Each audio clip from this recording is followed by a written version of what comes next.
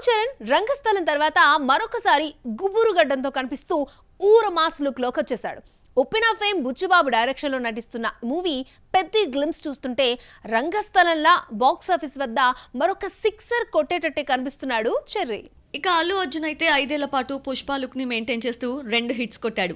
Getup ఒకటే కాదు, dialogue modulation కూడా మార్చి రగ్డ్ అండ్ రస్టిక్ లుక్ తో ఇంప్రెస్ చేశాడు బన్నీ. మరి అట్లీ సినిమాలో ఎలా కనిపిస్తాడో చూడాలి. రగ్డ్ అండ్ రస్టిక్ గా నటించిన సినిమా హిట్ అయితే మరోసారి ఈ లుక్ లోకి మన హీరోస్ వచ్చేస్తున్నారు. రామ్ చరణ్ తో రంగస్థలం తర్వాత పెద్ది కోసం గుబురు గడ్డంలో కనిపిస్తే, దసరా తర్వాత నాని పారడైజ్ తో గెటప్ మార్చేశాడు.